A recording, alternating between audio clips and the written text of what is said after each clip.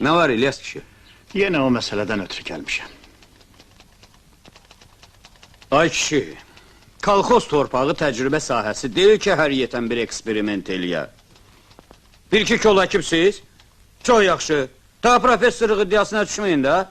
Üzümçülük çətin haqqı hesabdır, başa düş.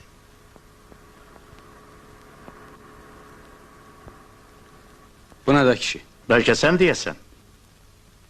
Bilmirsen. Üzüm toxumudur. Neçə yüz il torpaq altda yatıb. Özü de yabanı zat değil ha. Becerilen üzümdür. Bir dikkatle bak. Ay kişi, belə boş-boş şeylərlə vaxtımı alma. Yer gelişim var. Buyur. Yaxşı, de görüm niyə gəlmirsən? Balaca bir xahişim var səndən. Bir neçə günlüyə o mexaniki ver mənə, Eldarı. Nə? Bəsdir! Yığdın lap canımı boğaza!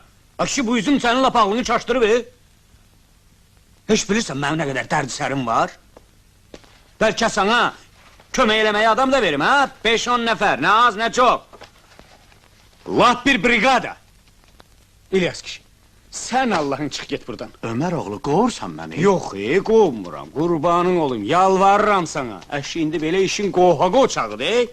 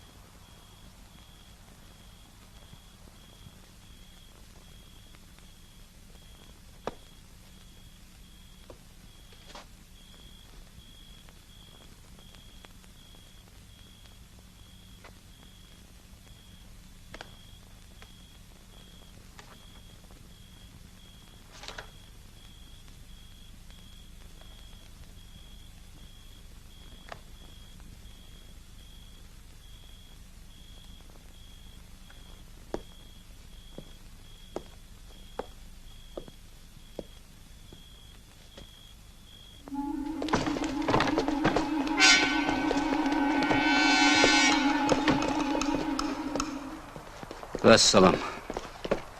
Məncə hələlik bəsdir. Xeyr, həmişəlik. Allaha çox şükür. Xəcalətimdən cəmaat üzünə baxa bilmirdim. Həmişəlik? O nə deməkdir? Nasıl stansiyası tikəcəklər? Dəmya yerlərə su çıxaracaqlar. Mexanik deyir ki, buradan yaxşı yer yoxdur. Bundan belə bəriylə həmişəlik üzülüşürük. Bu İlyas kişi heç. Çoxdan da üzüm söhbəti ilə cəmaatın baş qulağını dəngeləyib. Yaxşı, bu mexanik zalımoğlu hardan pırtlayıb çıxdı? Bilmirsən, Bakıdan göndəriblər. Ayrı iş gücü yoxdur bəyəm onun? Ne için yoktu? Kerim görüb ki, günün gün orta çağı Əminə onun evinə girir. Yavay o danışma. Ağzın sözün bil. Yaxşı, bəsdir. Nə pis oldu bu?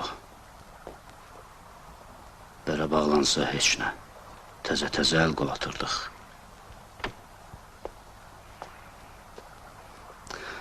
Yaxşı. Getdik.